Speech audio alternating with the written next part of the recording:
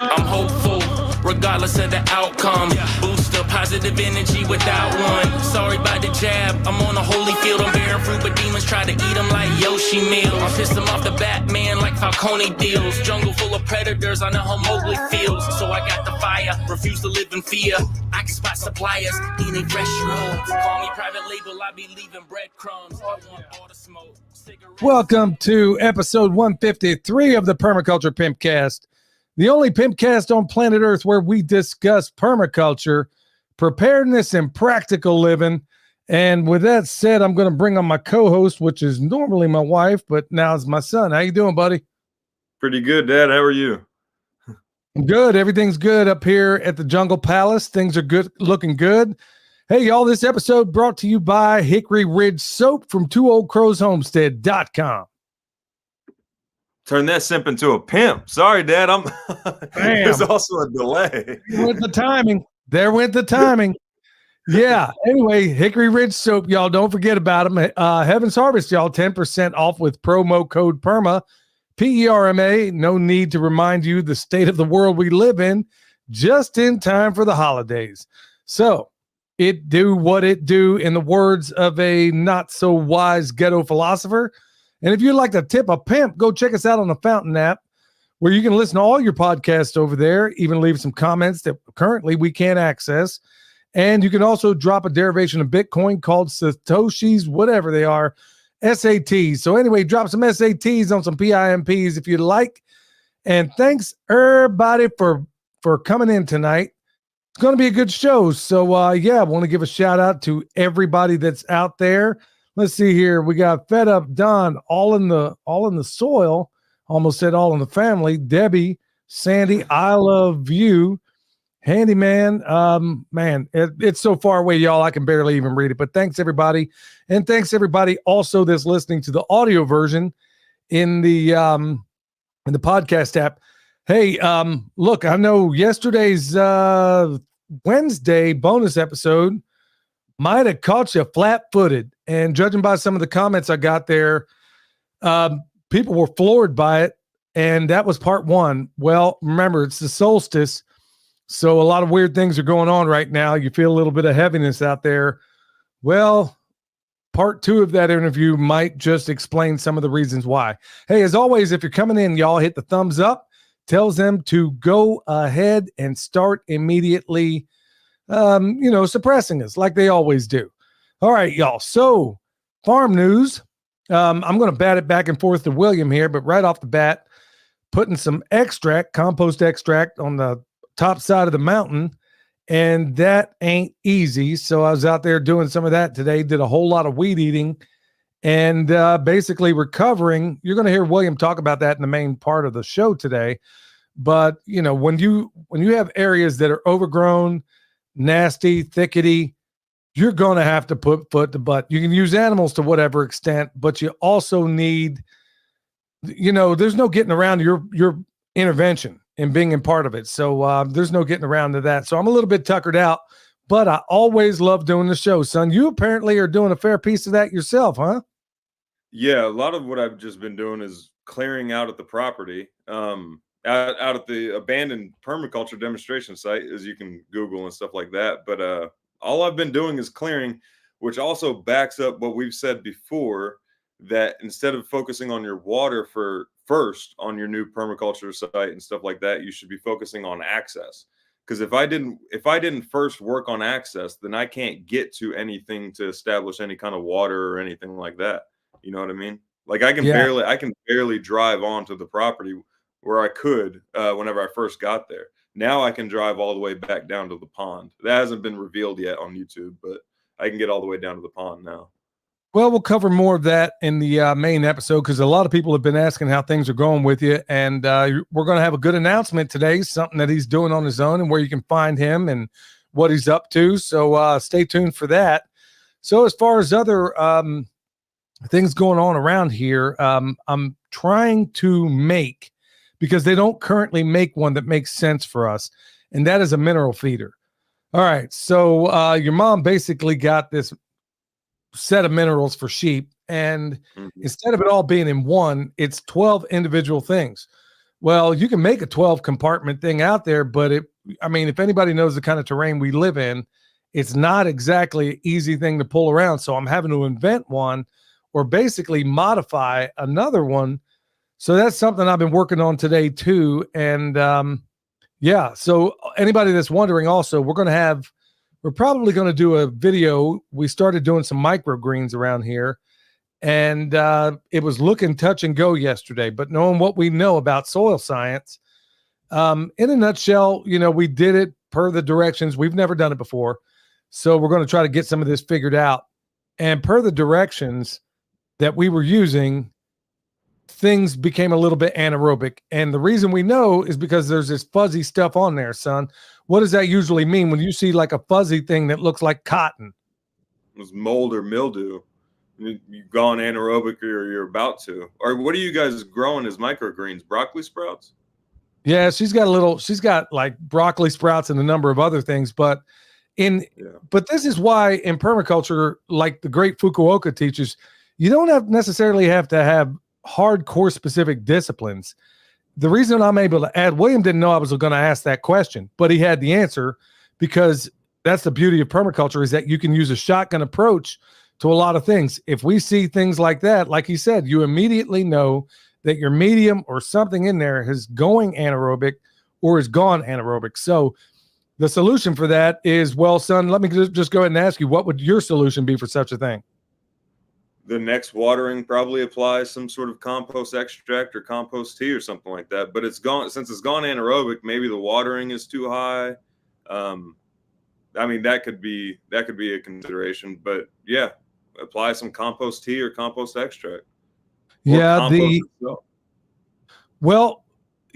you can't really, you don't have the advantage of being able to actually look at it. The problem is that when you start these seeds, you basically take a cover and you stick it down directly on the seeds. I was already concerned because I'm like, man, it seems like it's going to create anaerobic conditions. Sure enough, she went and checked it after 2 days. And I said, I'll tell you what, let's just go ahead. We said, let's take the top off and give this thing some air, and we'll see what happens. And then if you can use a fan, well, it's only going to circulate even more air. And then lo and behold, the problem is about, I'd say 85% solved just by getting air in there. So that's going right back to another thing. When I'm making compost extract, folks, if you don't have the benefit of knowing what you're looking at under a microscope, if you can take whatever compost you have and stick it in something of a, let's call it like a bubbler or something like that, then, son, what can't the bad organisms deal with? Oxygen. The bad guys can't deal with high temperatures and oxygen. So if you introduce oxygen or introduce high temperatures and then oxygen strategically, then you can get rid of most of the bad guys and weed seeds. Yeah, that's exactly what I'm talking about. So yeah, in the compost pile, that's why you want to keep things aerobic. That's why you want some airflow. And so when you do have these mold problems, first thing you might want to look at in a situation like this is, how's your airflow? Is there any air exchange? Because honestly, that stuff can only exist in a oxygen deprived environment. So looks like the problem's pretty much solving itself. So we got a whole gang of microgreens up there. Put them on a shelf, just said, hey, let's go give it a shot. Plus, I think it's growing. Well, we got them in the lab. We basically we got we got it set up inside the lab. So the idea being is that so many people are saying, oh man, all these things are unfolding right now. How do I possibly grow any food? Well, go to my friend Eric Sider, go check out his YouTube channel, look at what he grew on a balcony. And then we're doing this microgreen thing because I got sweet potatoes growing down in the living room. And we got trees, some of which we got from the TexasBoys.com. We got them growing, some of them inside. And so I'm sitting here thinking, how much food could we actually produce with very little? Because honestly, I am absolutely floored, son, with how little a footprint you need for something like microgreens. And also with these microgreens, if you wanted to make a side business on this, I mean, good night. These people are charging a flipping fortune for just a little to-go container of microgreens, and they get it. And they only take a week to grow. That's the Yeah. thing. They don't even have a whole bunch of time into it or anything like that. You know what's really cool also is you have the benefit of it being, let's say it's touch and go on your ability to buy things or whatever. Well, you know what? This stuff is so nutrient dense. And that's one of the experiments we're doing also is that we got one flat. We haven't yet started it. I think we're going to do it tomorrow. And we got one flat with just the coconut core. That's the way most people do it. And I'm thinking, okay, well, what if we tried growing it in some compost? And because I'm thinking, okay, if that stuff is going to bioaccumulate in the actual stuff, I don't know if the compost is too rich. I don't know what I don't know. But folks, the point of it being here is that there is this entire constellation of ways you can grow food, whether it's growing mushrooms in a closet. Yes, you can do it. Or some of the people I know that are doing microgreens are basically taking a spare room in their house, some even in the basement. And not only are they handling all their own green needs, they're also getting it squared away at the farmer's market or honestly, there's a lot of businesses that would give, arm and a leg to have a good supply of microgreens and a lot of good information about how to go about doing that. So let's see here. What else happened today? Oh, I had a conversation with my best friend. Usually he's the kind of guy, it's your Uncle Dion, William. And for his birthday, which was the other day on the 15th, I said, look, happy birthday, man. I'm going to send you the best thing I ever gave you. So I sent him a link to a list of biohacks. Usually this is going to be the guy that poo-poos some of this stuff, but honestly, he's seriously looking into it. So I'm hoping some of this stuff. I mean, this is a guy that eats burgers for breakfast, lunch, and dinner. I mean, it's or Domino's. Or Domino's pizza, or which is about as nasty as it gets. But okay, I ain't gonna lie. I've been known to put down some Domino's in the back back in the day myself. But honestly, seeing him actually seriously give a serious consideration into grounding, which takes almost no effort at all, or into something like deep breathing. I sent him that Breathe with Sandy that I was talking about on YouTube. And seeing that it takes so little, getting morning light, just getting out there, maybe delaying your coffee intake for 90 minutes. Believe it or not, it's those little things that make a difference. And then at the end of the day, I've been doing a lot of these cold showers lately. And I ain't going to lie, y'all, it sucks every day. But I'm getting better at it. I'm getting better at it, though. I mean, I'm in there and I'm mentally, I'm like, okay, I got to do this. And you might be thinking, okay, what are the benefits? Well, it's giving your circulatory system something of a workout. But in addition to that, there's something mentally that goes on in your brain, and it makes you better equipped somehow, at least for me, to deal. Look, like so many of you out there, I got a healthy dislike for nonsense. And for some reason, man, I'm able to go to town. I can go to Asheville and not feel like all I want to do is just, beat them over the head, steal their money, and dump the bodies in the creek. So that's an improvement. So at the end of the day, these things are working out for me, but I'm glad it's becoming contagious, and it seems like a number of other people are doing the same thing. So, son, one more little announcement here before we get into the good news. Well, hold on that biohacking, Dad. We still bring June outside to get her to calm down when she's being fussy and stuff, or even if she has gas pain, we still bring her outside like barefoot and all that, and she calms down most of the time. Well, why don't you describe what you're doing there? Why don't you describe what you're doing there exactly? Because I don't know that everybody's going to know.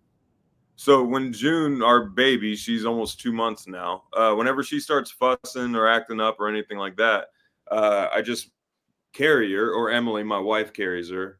Make sure we have like skin on skin contact. Usually it's just my cheek on her head. And then I get barefoot, or Emily gets barefoot, and we stand in the grass. And the baby just calms down. She starts calming down, starts going to sleep, especially if the sun's out. If the sun is out and she's not like facing directly into the sun, she just calms right down and starts going to sleep. Just calms down completely. Folks, this stuff works. It really does work. And, and it really doesn't require much out of you. That's why I'm really staying on top of this stuff. Look, I know it's in time for the holidays for a lot of folks. And, give yourself your own gift. Just try a couple of these biohacks. Like I said, just get morning sun, Go out there, look at the sun. Really, it's not that difficult. Spend at least, there's some people say all you need is 8 minutes a day being barefoot. Get some grounded sheets, sleep on those. It makes all the difference in the world. And plus on Patreon, I've given you a lot of free options. Another thing that's really been helping out. Hey, y'all, not going to kid you. I did a video recently on some of this stuff. I don't know that I could even put on YouTube. So that's part of the beauty of Patreon.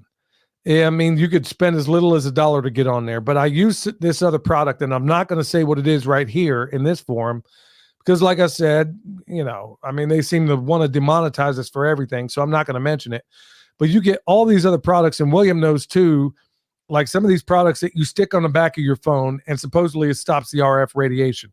I've tested every bit of it. I got the instruments to test it all, and every last one of those so-called patches they got out there, it's all junk. Put an RF meter on it and it does not work. Well, I found something, some people go on about Orgonite. Well, look, y'all, if it works, it's not by any. Okay, so William's showing you a patch right there that supposedly does it. That one works. Son, you might as well rip it right off the phone. Yep. Go ahead and rip it right off the phone, bro, because it ain't working. It's on the back of the computer I'm using too.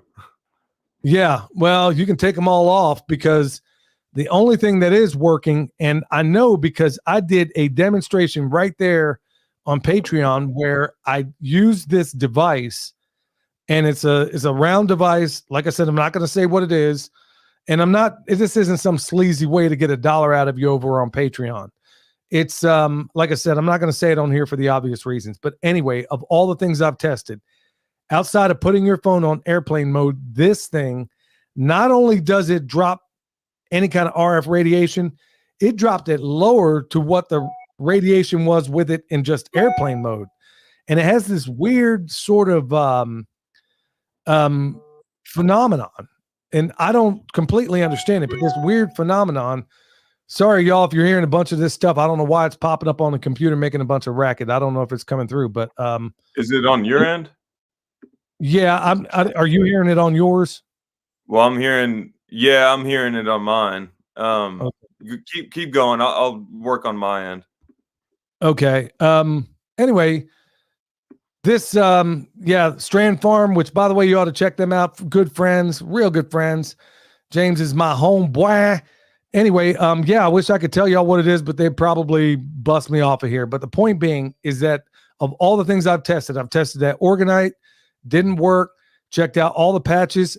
They didn't work. Now, the other stuff that I talk about on Patreon, it was like $100 to get 2 of these things for your phone. So I got one for my phone and one of Michelle's. And like I said, I'm trying to test this stuff out. So I didn't go out and buy 50 of them. I mean, first of all, I can't afford it. And second of all, I'm like, okay, at least I'll find out if this stuff is, what they claim it is. And it was astonishing. Website. I'd like, if you do go to the Patreon, go to the Patreon and click the link that's attached to that video. And if you go on their website, they have a bunch of different like products and applications and stuff like that. Like they have some interesting things that I like. I'll talk to you off air about it, but they have interesting things that I wonder if they would work and stuff like that. Like how far out is the field created? You know what I mean? Okay. Yeah, but I'll put it this way. This thing was so effective that I had the meter on. I've been testing this thing 30 ways to Sunday. I'll put the RF meter on one side, put my phone next to it, and then put this device on the other side of my phone, not even between, and it still blocks all the RF radiation. So, this thing is really, really something else. But as far as the field that it goes, I do not know. But the same guy also makes bracelets and stuff like that, and he makes some pretty heavy claims over it. And what really concerned me is that they didn't exactly have a contact page on there, but I'm like, okay, I got to try this stuff out. Anyway, man, forget about it, man. They demonetized me. Go ahead. It was Shungite is the name of this material. Shungite is what am I worried about, dude? I mean, they've been dogging me every week anyway. I can't even believe I'd be careful. I'd be careful if you go to the exact website that we linked. Don't go through like an Etsy store or anything like that. Go to, I don't even know the name of it, but Yeah, I can find out the name of it real quick if you want. No, I know the name. No, it was Verified Shungite, SHUNGITE, verifiedshungite.com. And it worked.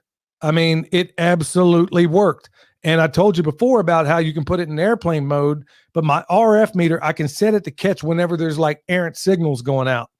And even in airplane mode, y'all, it's safe. And then it's until it's not. So just kind of do what you can with that information right there. But yeah, that's what it was. They sell bracelets. They sell these pendants. This stuff ain't cheap. There's a whole lot of knockoffs on the market out there claiming that they do this stuff. And frankly, I mean, good night, man. I was so disheartened by all the people making these claims that these certain things work. And then when I come across something that actually did, I'm like, oh, fantastic. I've heard, some people are saying this stuff is radioactive. Well, yeah. Do you think they're not looking for that through the postal system? I'm going to say that it's probably not the case. I don't have a Geiger counter, although I need to get one because I've been wanting one anyway, because I was thinking, I go through the meat aisle, particularly the fish aisle. And, there was a guy a while back went through the fish aisle and he had a Geiger counter. And that thing was jumping off the chain from all the salmon and everything else that was out there. So from every ocean fish, I mean, that's, Fukushima, the gift that keeps on giving. Those things were pegging. But anyway, I digress. The point being in all of this is that seems like that's a legit solution. At least on my instruments, that stuff was knocking it out of the park. So I'm going to see about getting either a necklace or some bracelets and, can't hurt. I know that. All right, y'all. So we're going to jump. What's that? Dad's going to be blinging on the Pimp Cat. That's the thing is that I hate jewelry. I hate anything touching my body. I mean, anything.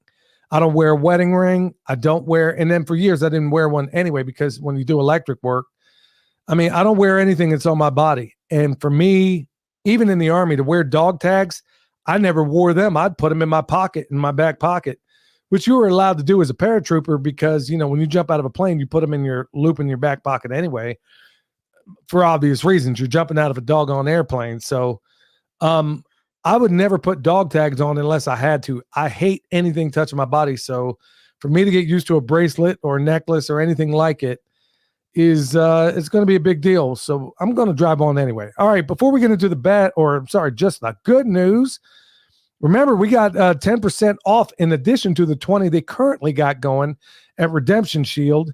Remember, I reached out to all these different companies out there asking me to let me test their stuff. Redemption Shield is the only one that gave the okay. That's how. And then here's the best part. When I tested everything with the same meters I was telling you about, it actually did what they say it does. I've reached out to some of these highfalutin places that deal in this sort of thing, and I've reached out and said, hey, bought your product. It ain't working. What you going to do about it? And they ghost you. They don't do anything. Anyway, over at Redemption Shield, that's why I reached out to them when I knew their stuff worked.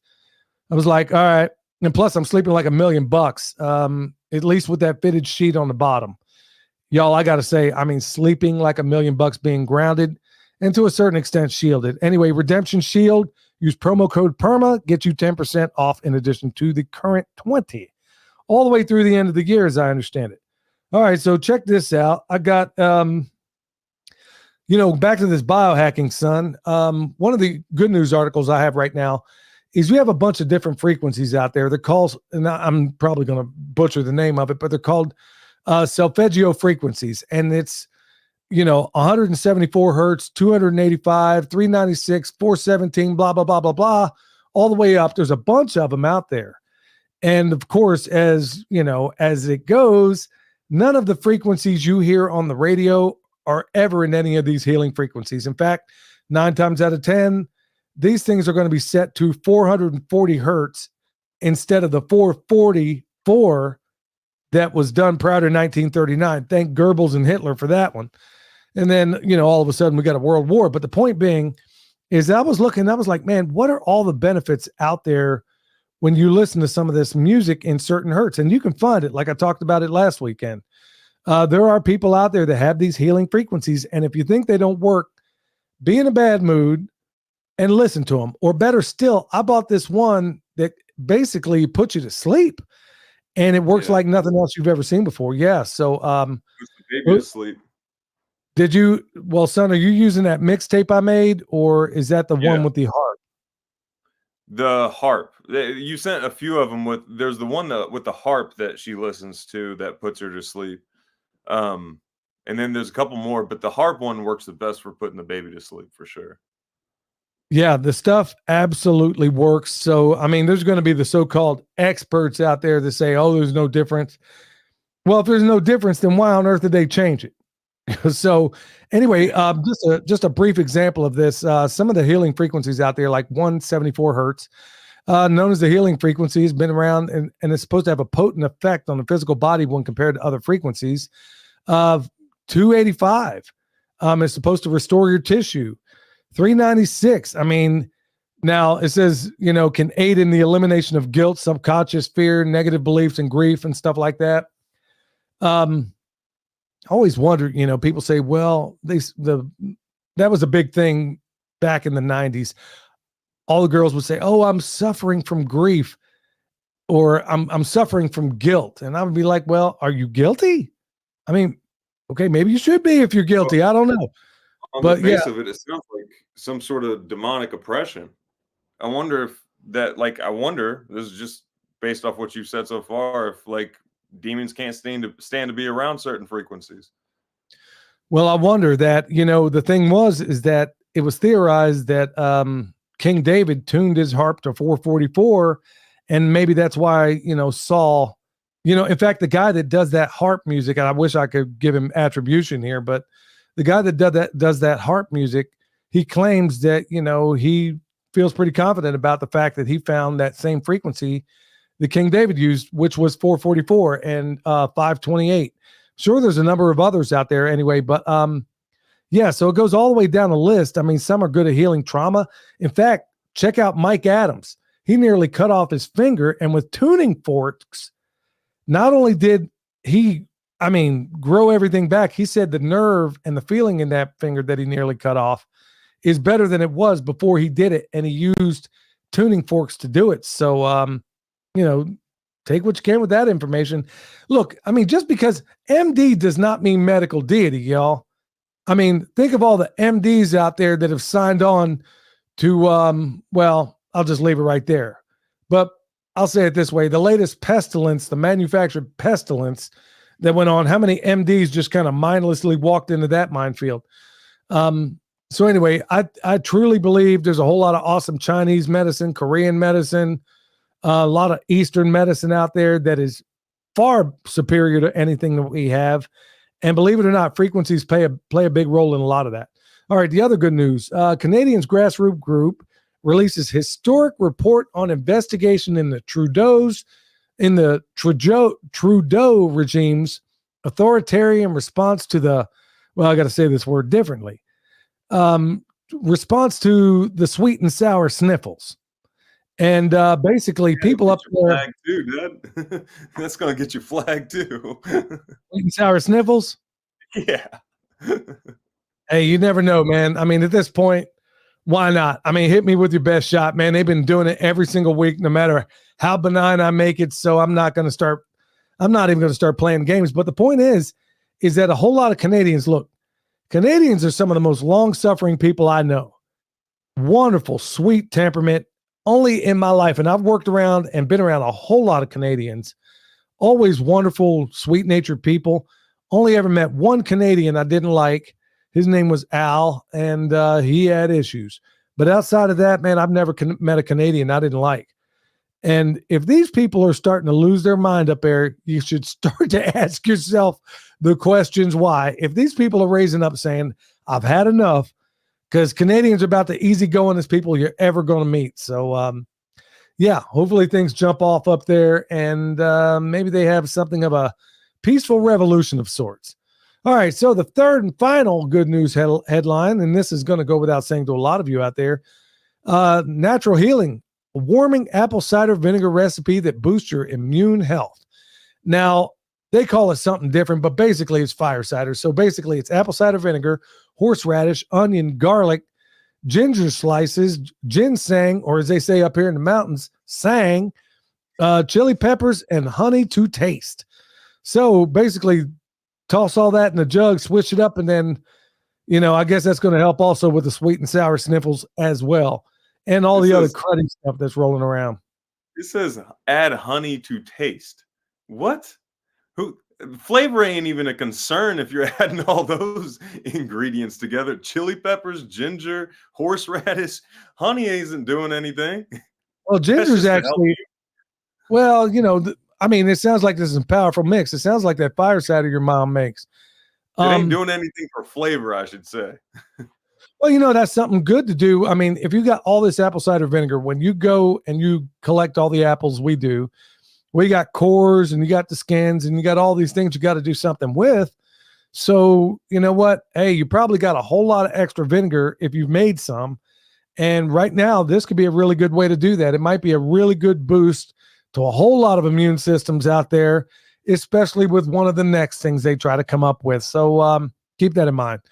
All right. So with that said, y'all, we're going to go to my man, Eric Cider, and then we'll be back with the main topic with William. Hey, Eric Cider here with your Pimpcast tip of the day. Today's tip, inspired action. Inspired action is effortless and energizing. When you're engaged in it, everything else disappears. You drop into a flow state where you lose all sense of time. Inspiration is fleeting, so when you feel it, you must act on it immediately. Children run 100% on inspired action until school and society beat it out of them. But one of the best ways to recreate that experience is engaging in those activities you loved as a child. It is also a way to slow down aging. If you find yourself struggling to complete a task, particularly one you deem important, it is almost certainly because it is not inspired action. One of the surefire ways to not succeed is to put conditions on that success that don't inspire action. There is no singular path towards success. One of the best ways to avoid burnout is to focus only on the tasks you enjoy and outsource the rest. Wasting 2 or 3 days struggling through your taxes is not inspired action. Your time would be better spent hiring an accountant and focusing on tasks you enjoy or self-care and recovery.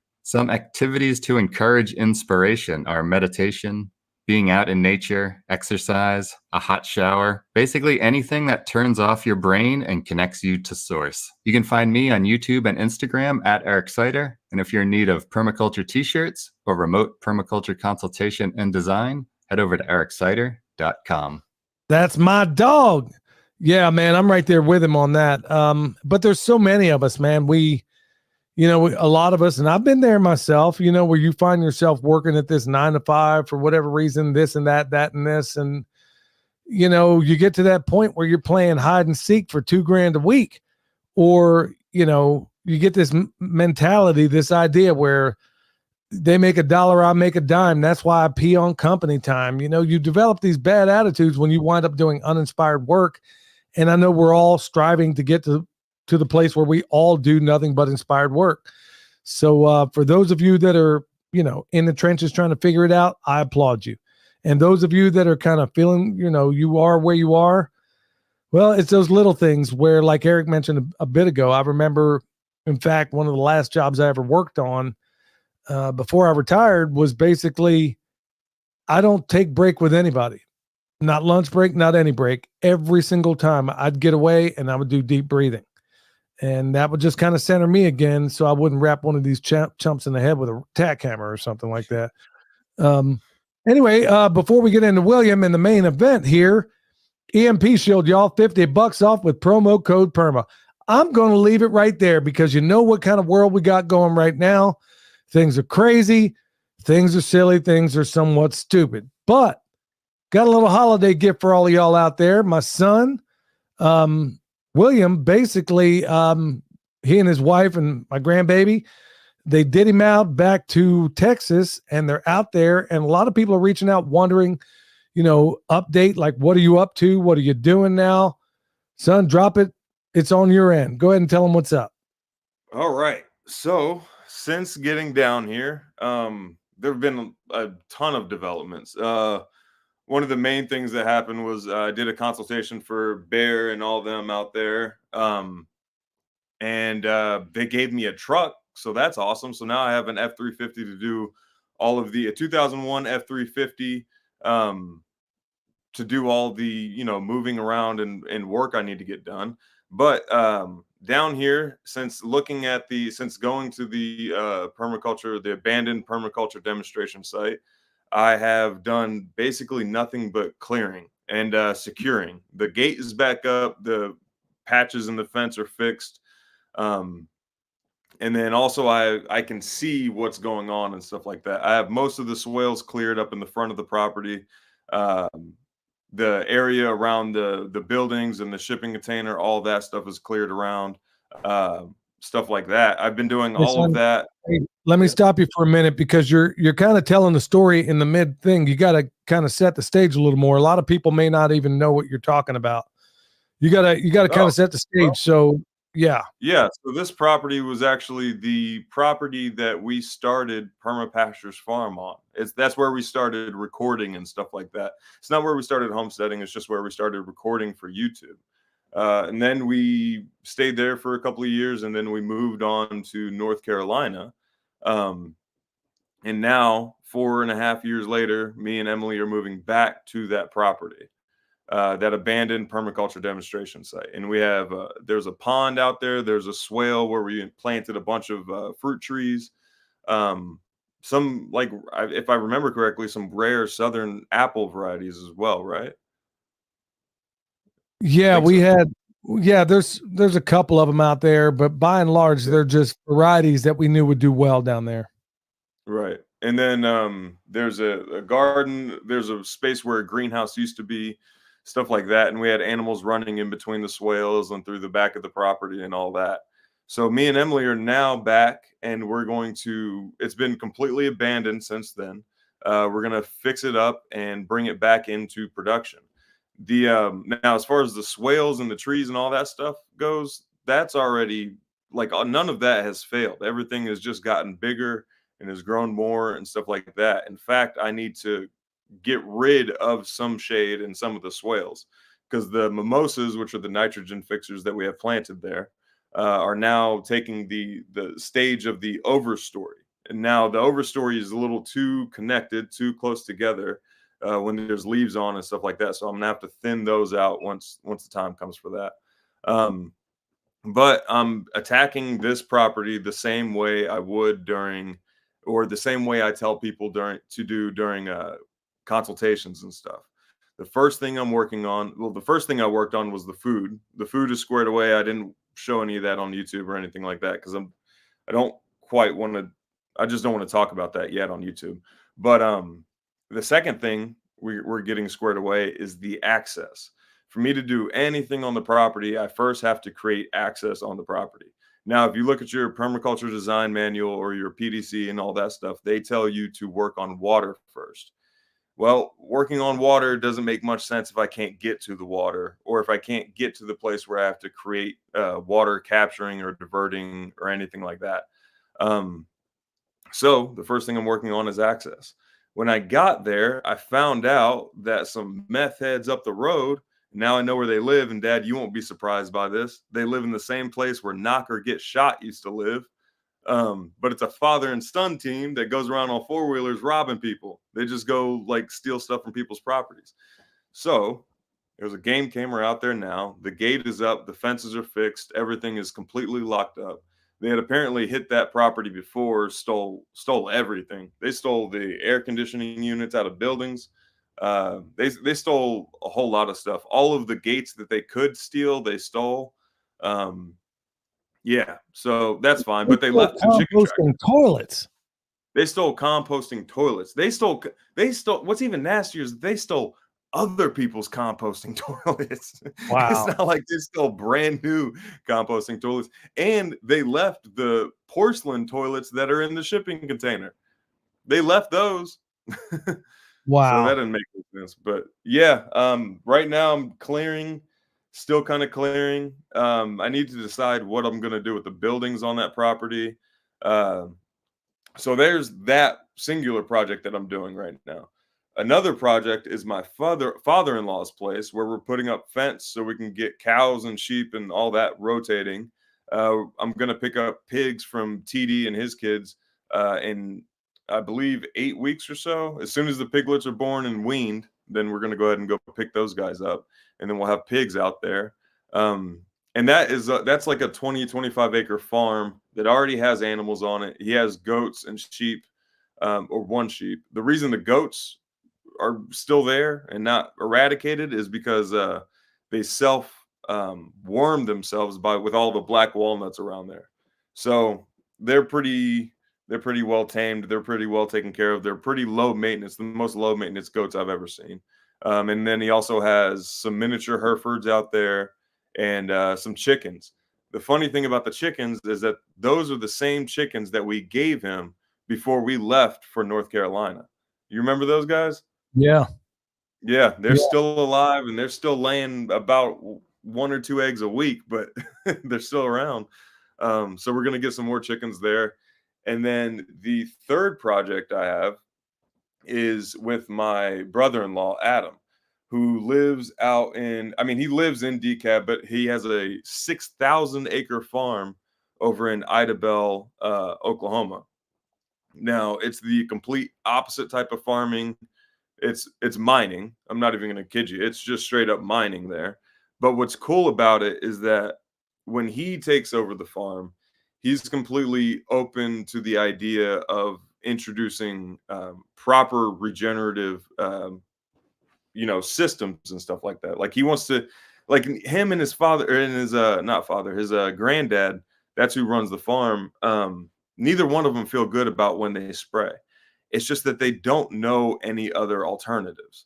Now, they don't spray or anything like that very often because they make more money from silage than they do corn. So worst case scenario, worst crop ever, they can still cut it and make silage. So they're not too concerned about spraying. It's just they know that, and I think this is maybe a common factor with a lot of farmers. They know what they're doing isn't viable. Like it's not going to be, they can't keep doing this forever, but they just don't know any other options. And they don't really know how to get out of this cycle that they're in. Because here's the thing is that if they show the state that basically they have to keep showing the state that this field is in production, which means that they have to keep tilling it over and over and over again. So if they were to put a cover crop out there, not till, and then just seed drill and stuff like that, to the state, that looks like a fallow field. That field doesn't look like it's in production, depending on what time of season they come in and stuff. So there's an issue there. And then they're not covered by insurance and all that stuff. So my goal there is to learn the system, figure out what I can, learn where they're having issues, and then fix those issues, gain trust with his granddad, because, he's going to be the hardest one to convince. Gain trust with his granddad, showing that I can solve problems, that these methods do work and stuff like that, and then build out from there. So those are the three projects I'm working on. My father-in-law's 20 to 25 acre farm, the permaculture demonstration site that's eventually going to be turned into a training center, and the 6,000 acre farm that farms nothing but corn. That's what I'm doing here. Well, apparently you got a YouTube channel kicking now, right? Yep. That started Monday. If you look up the Permaculture Consultant, I'm documenting everything I'm doing there. The first episode was just like an update on the property, giving you guys a tour of the abandoned property. The second episode, which came out Wednesday, was showing some clearing of the property. And then my third episode, which will come out tomorrow morning at 6 a.m. Central Time, is a tour of what I'm doing on my brother-in-law's property. And then I have more footage coming out with like an updated clearing video. I have a tour of my father-in-law's property coming out here soon. I've been showing bits and pieces of it on social media. You can find me on all of the social media platforms. So it's all under the Permaculture Consultant. My email is under the Permaculture Consultant if you need any permaculture consultations or anything like that. I'm here in East Texas, so I have a wider range than I did before, or a different range than I did before. I know a lot of people hit me up from Arkansas and Texas and Oklahoma and stuff like that. So now I'm here, but I will go to whatever location you're at, depending. So don't let the distance stop you from emailing me at the permacultureconsultant@gmail.com. Well, I mean, son, with all that you have going right now, you know, the thing that's striking in that you're doing this is that so many people are new to this space. Record numbers are getting into permaculture, farming. I mean, you name it, throughout the entire continuum, there's somebody there. But a lot of people are finding themselves in a place where it's grown up with thickets. That's why we've covered so much of it before. And now they're going to have the benefit of being able to watch you take a property that, first of all, the backbone was put in. Okay. We did all that. We showed that these systems work because we installed everything. We put in the swales. The swale does a whole lot of wonderful things for your aquifer, also does a lot for tree growing systems. And all those times where you're in extreme drought in Texas, well, when everybody else's stuff is dying, ours wasn't, and without management. So obviously this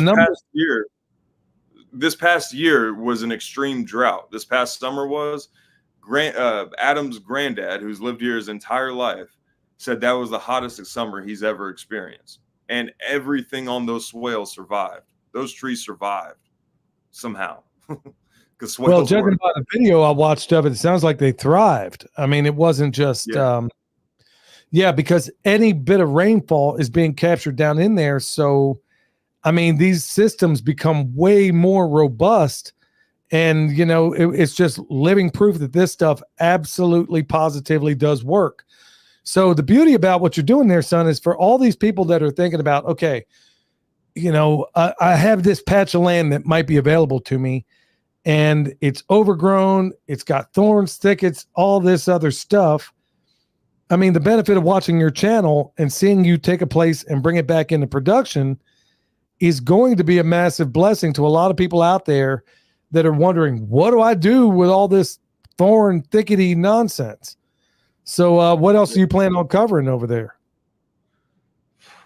Well, I mean, the part of that is what I'm answering in this, and I answer it more in a video that's coming out. Part of the reason I'm using a scythe is because the weed eater was in the shop and the mower's in the shop. But the main reason is because there are a lot of thorn species over there. There are just a lot of thorns and thickets. And if I just chop them down with a weed eater, the thorns and thickets are still there. So I'm using a scythe so I can cut it and pile it up at the same time, make a bunch of small little piles, and then just burn those piles enough to get rid of the pile and the thorns, but not too bad where I'm making like pottery underneath, because it's all heavy clay out there. You can also use, like, just cut a path for you to run a fence, and you can also use pigs and sheep and cows or whatever you might have. You can also use like a mower or a tractor with a PTO driven mower deck on the back, or a brush cutter or anything like that. You can use those things. The issue with using those things, especially when you're not renting them and it's like a family member's or yours, is that you don't know what's underneath the brush. Now, the meth heads that came and robbed the place, they left stuff strewn everywhere. So I don't know what hoses are in the brush. I don't know what metal fencing or wires may be in the brush or anything like that. And that's another benefit of a scythe, is that it's faster than a weed eater, I think, despite what we showed on that video. If you're trying to, the video that we all did whenever me and mom are racing with the weed eater and the scythe, I think it is faster because you're able to clear more at like per swing, and you're able to stack it up at the end of the day as well. So that's the method I'm using. Also, if you don't have like the benefit of being, my age or anything like that, then it might make more sense to go with a weed eater or a mower or something. Find the best you can. I mean, this method is working very, very well from what I'm trying to do. And it's not like I'm able to cut around the trees and stuff. There's no like accidental overswing or accidental, like the string comes out on the weed eater. There's none of that. I'm not girdling any trees. I'm being able to be very precise and quick with the scythe. The only limit really is my gas tank. So, and the amount of time that I can spend there per day and stuff like that. So, yeah. Sorry, I had myself muted here. The beauty about all of this is that it's going to be a real inspiration for those that are thinking about getting into this space. Right now, the cost of everything is going through the roof, and no likelihood that it's ever going to go down anytime soon. And people are saying, "Hey, I gotta grow some food. I gotta figure out how to do that." So, son, I'm really looking forward to see what you're going to do and how many different ways you can do it. Once again, tell everybody where to find you, and then we're going to go into the Q&A section. You can find me on any social media platform, The Permaculture Consultant. You can find me on YouTube, The Permaculture Consultant, and you can email me at thepermacultureconsultant@gmail.com or thepermacultureconsultant@protonmail.me. So, all right, when we get back, William's going to stick around for the Q&A, and before that, we're going to go straight to my man, Chef Keith Snow. Hey, it's Chef Keith Snow with your Pimpcast tip of the day. This time, reverse seared rib roast. Please don't mess up the $100 chunk of beef. Many of you will be cooking a rib roast this coming Christmas. Not too many days away, folks. Usually we have one too, but this year we've decided to have a tri-tip, mainly because I refuse to pay north of $100 for a roast. The reverse sear, which can be done ahead of time, allows you to set the internal temperature to exactly what you want, which eliminates guesswork. Then you blast it in a hot oven to sear the outside and have it ready for the table. Here's what you do. First off, I suggest an oven temperature of 225 degrees, and you must use a probe thermometer. Trust me on this.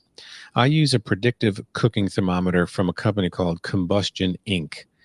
They sell it at combustioninc.com and I believe also on Amazon. But other digital probe thermometers will work too.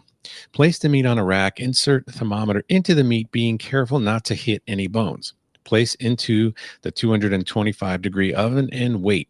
The thermometer will tell you when the desired temperature has been reached. I suggest removing the meat, wrapping it in several layers of heavy-duty foil, and placing it in a small cooler to keep warm. Then, when you're ready to finish it later, you can just turn the oven up to 475, put it in there, and cook about 10 to 15 minutes to achieve a beautiful exterior. Nothing is worse than an overcooked or undercooked prime rib roast, and this is one of the most challenging meats for newbies to master. The usual result is a very well done exterior and a bloody interior, not the even and perfect 130-degree medium rare you want to achieve. The reverse sear will help you. Trust me on this. Head over to harvesteating.com and try some of my spices or coffee. And please subscribe to my podcast as well. Merry Christmas and a blessed New Year to all. Bam. All right, Chef Keith Snow. That's what I'm talking about. And man, he's just cold-blooded. Man, prime rib. Whew. Last time I had some prime rib, man, I was up in Kentucky at the Kentucky Sustainable Living Festival. And man, they had some great prime rib. I tell you what, good night, man. Speaking of food, man, your mom is tripping, dude. There ain't but two of us up in here, and she's got so many cookies down there. She could feed an entire. I'm like, who are you making them for, man? We need to drop these off at Jake down at the farm store. Let him eat them up, dude. All them Hooter Banners are like, well, yeah, she took a handful of them, but for the most part, I mean, I'm like, dude, she'll make all these cookies. And I'm like, I got this. I cannot waste food. Nothing I hate more than wasting food.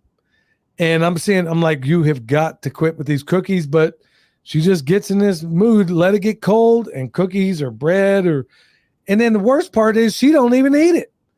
I mean, she'll make this bomb stuff and she don't even eat it.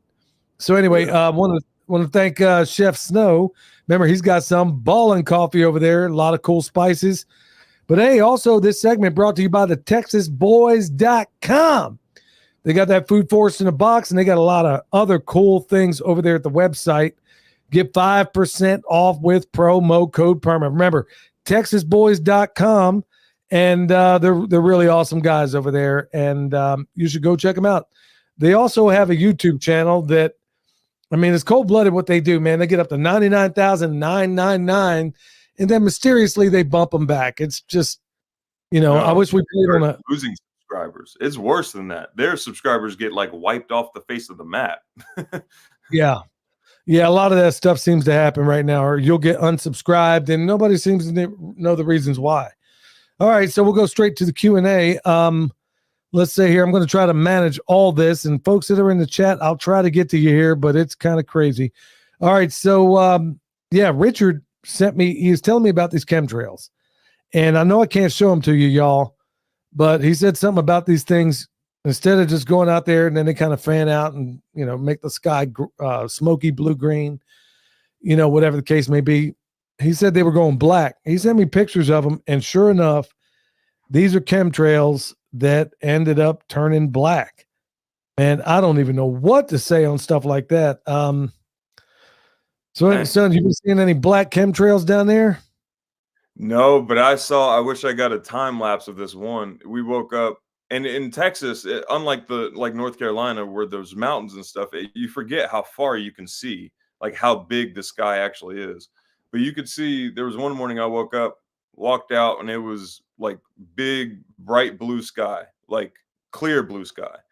And then the chemtrails came, and then the chemtrails stayed in place.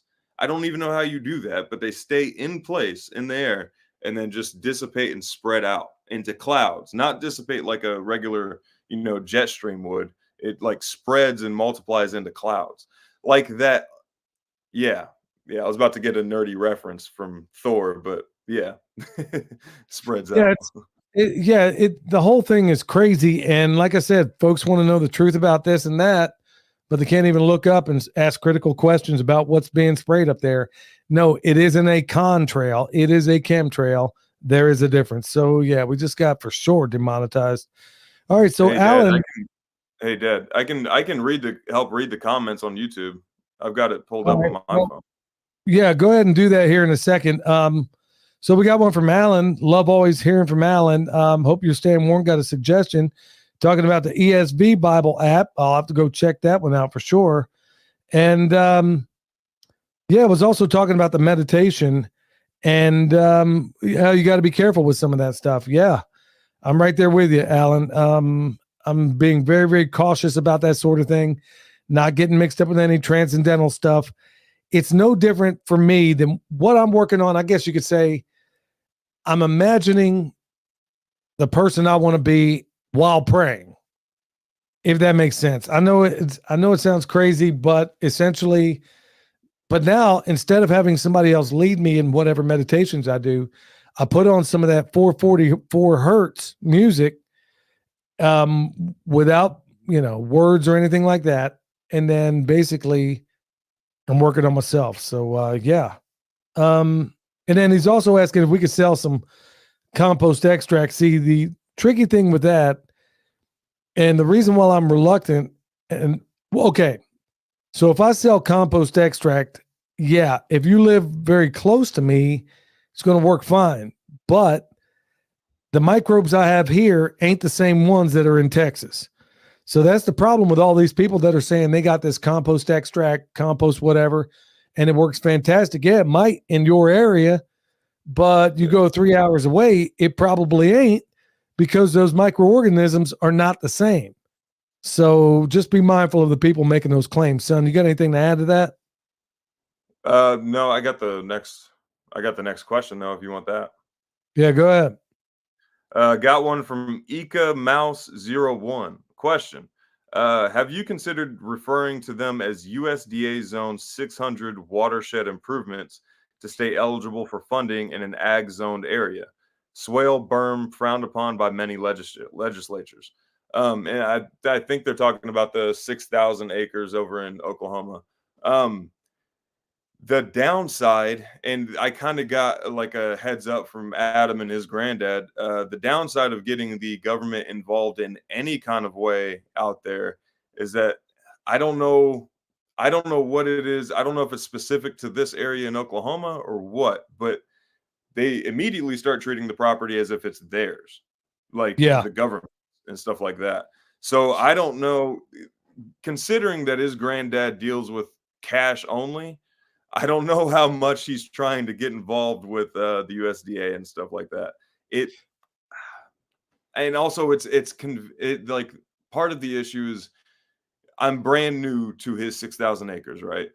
It's going to be very hard for me to tell him to try to do anything on his farm right now. You see what I'm saying? Like, I can't go say, hey, why don't you apply for this USDA thing? Or, hey, why don't you go get the government involved? It might work. It's entirely possible. It's just getting him convinced along for the ride is the issue. I think what they were getting at is like one of the methods Mark Shepard talks about is if you're ever looking for a loan or a grant or whatever, if you call it a swale, the answer is going to be no. If you can play semantics a little bit and call it something else, then the answer can be yes. But yeah, anytime you get mixed up with Uncle Sam, you're always, I mean, the problem is with a lot of the farmers around here, at least I'm talking about some of the local people, the local farmers in town. I've been to a few of their meetings, and like one will say, well, I can't afford to feed my chickens. I'm like, well, there's this thing called the chicken tractor on steroids. Guy says, I can't afford to feed my pigs. Well, there's this pig system we know how to do. Or, hey, I can't feed my sheep, can't feed my cows. And then I'm offering solutions to these people, but they don't want to hear them. The reason why is that not one of them in the meetings I was going to, not one could survive without grants. And I was floored when I found that out. So but you get on that, look, you get linked up with the government, and then this is what you got to do with the land. And all of a sudden you're going to find yourself in a bind. So it's crazy. Yeah. Somebody wanted to give a shout out to Chef Snow saying, hey, in that cheesecake Chef Snow talked about, he said he forgot the sugar. Should have been one cup of sugar. Yeah. Yeah, you probably want to add that in there. I'm sure it was oversight. Huh? You just had cheese. You didn't have cheesecake. Yeah. Yeah, I'm sure. I mean, I didn't go back and check, but yeah, they wanted Chef Snow to know, hey, there was no sugar in it, but it was a cup. I'm not quite sure what exactly they're getting at. And then speaking of recipes, yeah, so Joe sent me this thing about a shoe fly pie. Pretty simple pie to make, but you know, it's one that brings up very happy memories for me, from my kid, from being a kid. Was a shoe fly pie. Yeah, is it the best pie in the world? Maybe not, but it's mine. So so you know, it ain't for everybody, but it's what I grew up on, and I like my shoe fly pie. And I want to give a shout out once again to Kentucky Sustainable Living. Man, his wife hooked me up with a couple of shoe flies. Yeah. And you know, sad to say that they no longer exist. Well, happy to say, rather. Speaking of Kentucky Sustainable Living, are you doing his and Shelly's festival in March? I'm just trying to work everything out right now, man. I'm just trying to get through tomorrow. All right. I got one from Amy B. Question for William. Are you considering remote consultations like Eric Sider does? Yes, I will do phone consultations and stuff like that. There's just going to have to be like the proper amount of information sent beforehand, so I can try to do it as best as I can. Because a lot of questions can't be answered unless I'm somewhat intimate with your property and stuff like that. I have to understand what I'm dealing with, what the limitations are and stuff like that. So yeah, if you want one, email me at thepermacultureconsultant@gmail.com or protonmail.me.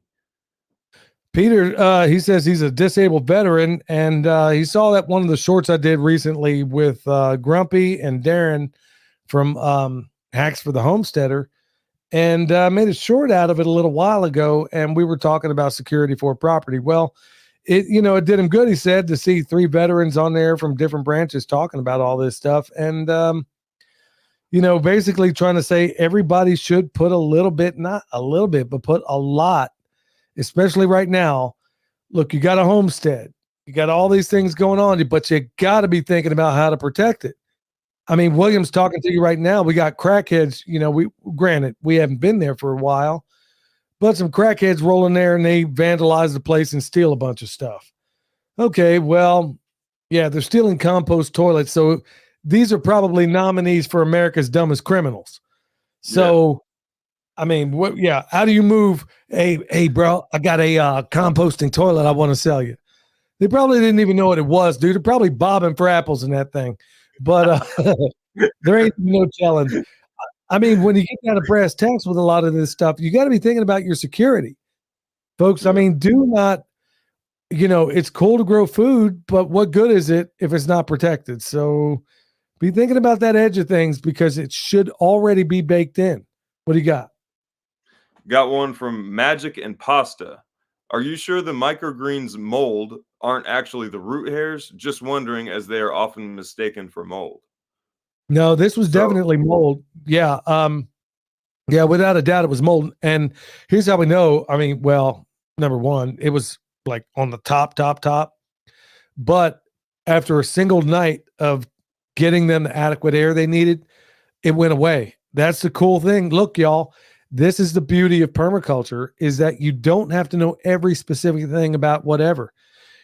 In general, if I understand that, look, if I create aerobic conditions, facultative organisms and pathogens cannot live in that environment.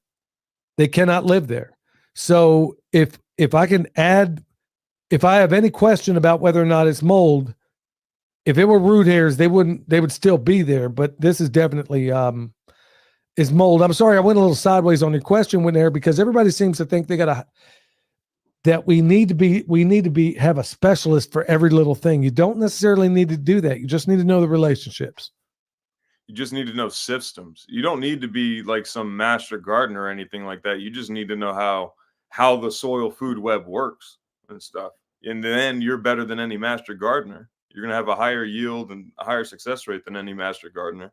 Well, that's why I was able to hit you flat footed and say, look, okay, we got, what looks like this.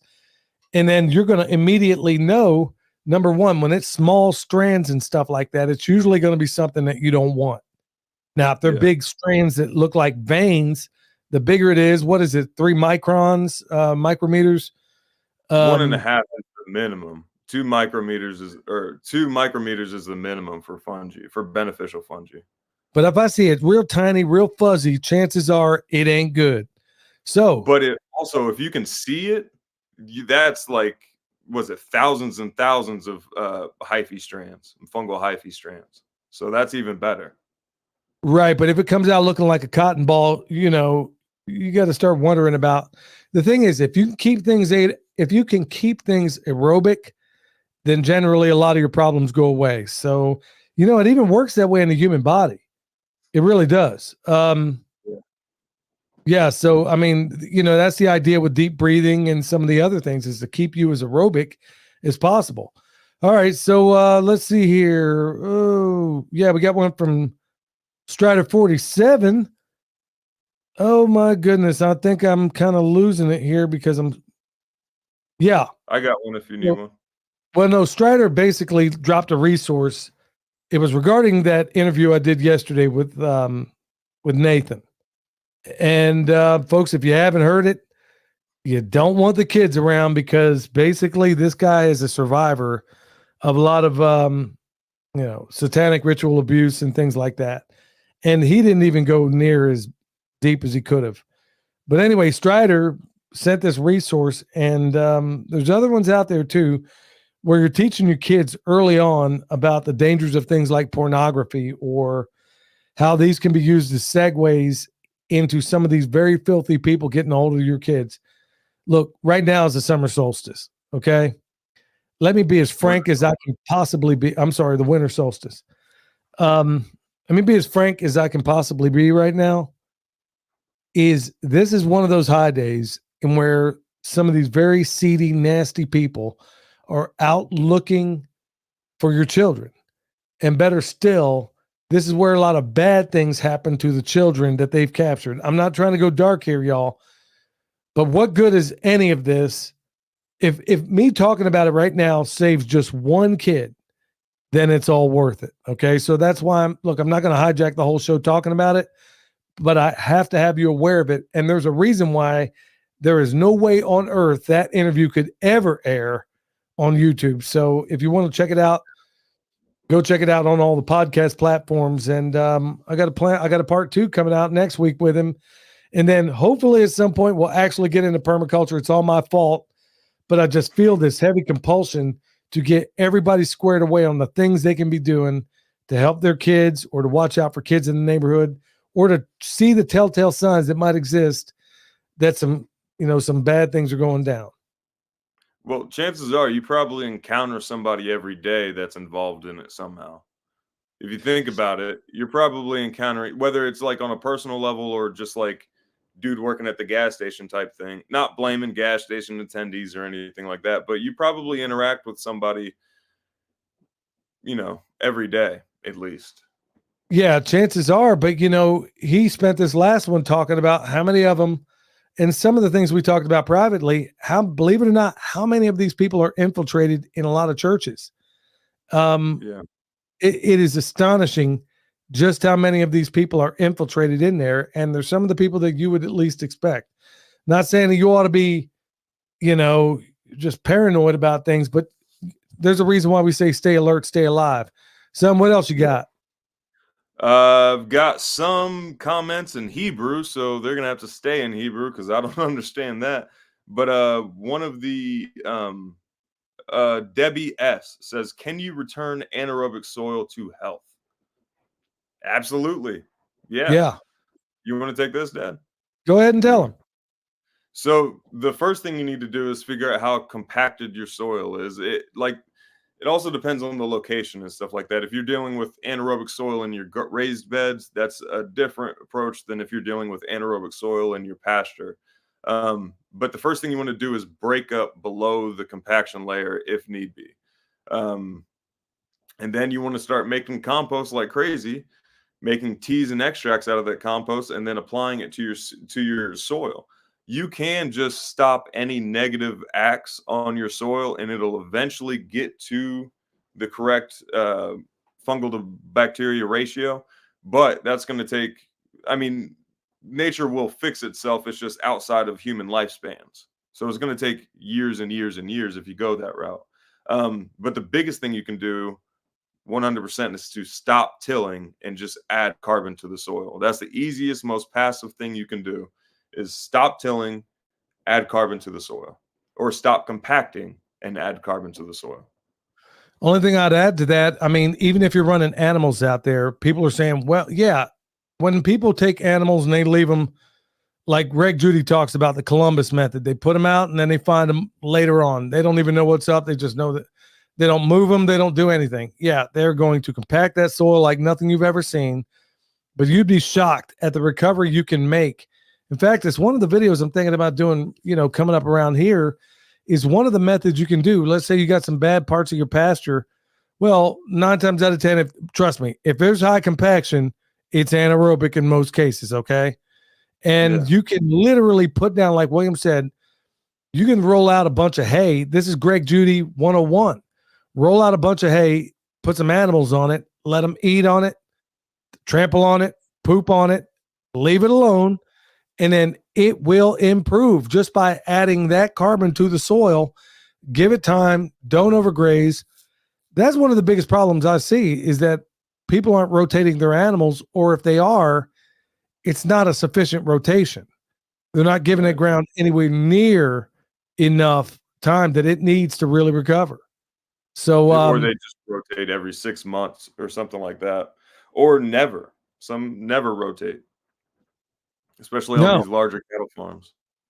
Yeah, it's crazy. So William says, how can you help clay soil drain?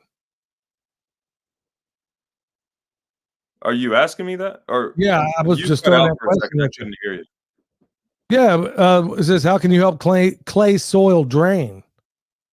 The same exact process.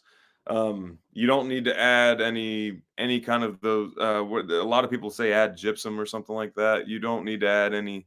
What was that? You don't need to add anything like that.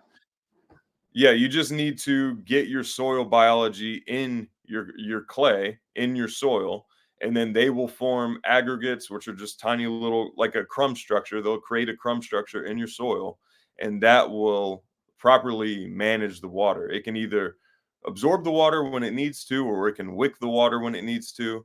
But there's no depth limit that you can do with this. I mean, you can go deeper and deeper and deeper the longer you do this thing correctly. The phenomenon is called flocculation. It sounds like a bad word, but it's really not. I mean, you basically have these clay particles that sit very flat on top of one another. And then when you add the right life to the soil, it will take that clay and create an expanse to where it can hold water. And there's a phenomenon, like if you build swales and stuff in clay soil, you'll find out for the longest time, it seems like, oh my goodness, man, all this, it's not soaking in. It just stays there forever and a day. Give it time, put some carbon in that hole, and then watch what happens. That clay will flocculate, and all of a sudden you're dispersing. And what you say is very clay soil. Yeah, you just need to add a little bit of carbon to the soil a lot of times. I mean, it can be done. And the beautiful thing about it is like that quote that Eric Sider has on one of his shirts from Bill Mollison. Problems become more and more complex, but the solutions are amazingly simple. Really are. Yeah. Really that simple. Yeah. All right, y'all. Thank you so much for checking us out tonight, son.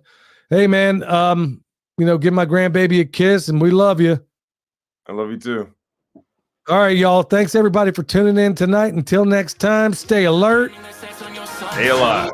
Individual, just a carbon copy. True spitting that manicotti. Yeah, I'm talking saucy. All they wanna build is a prison world full of pet Tamagotchis. Like a kamikaze, got me out of body like I'm Goku SS3. They wanna push me to the center like a cell. They wanna spin up at the center of the nexus. Me. They want me to bow down, but I'm a warrior.